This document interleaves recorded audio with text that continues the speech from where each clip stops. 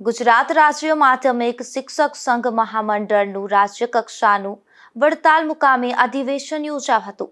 આ કાર્યક્રમમાં રાજ્યના હોદ્દેદારો અને દાતાઓનું ખાસ સન્માન કરાયું હતું.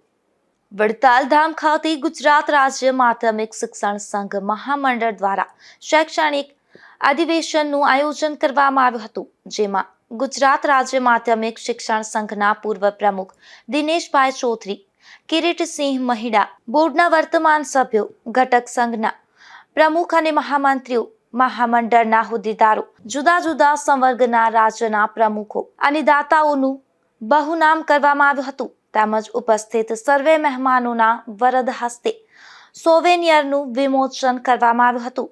આ તકે ઉપસ્થિત હોદ્દેદારોએ શિક્ષકોને મૂંઝાવતા જટિલ પ્રશ્નોની સફળ રજૂઆત કરી તેના ઉકેલ માટે સરકારને વિનંતી કરી હતી. તો પાઠ્યપુસ્તક મંડળના પ્રમુખ મનુભાઈ પાવરાએ સાથે સાથે ફરજો પ્રત્યે પણ જાગૃત રહેવા વિનંતી કરી હતી. આ કાર્યક્રમમાં શિક્ષણ મંત્રી પ્રદ્યુમનભાઈ વાજાએ અને કૃષિ મંત્રી જીતુભાઈ વાઘાણીએ શુભેચ્છાઓ સંદેશ દ્વારા અધિવેશનની શુભકામના પાઠવી હતી અને શિક્ષકોના પ્રશ્નો પ્રત્યે હકારાત્મક અભિગમની ખાતરી આપી હતી.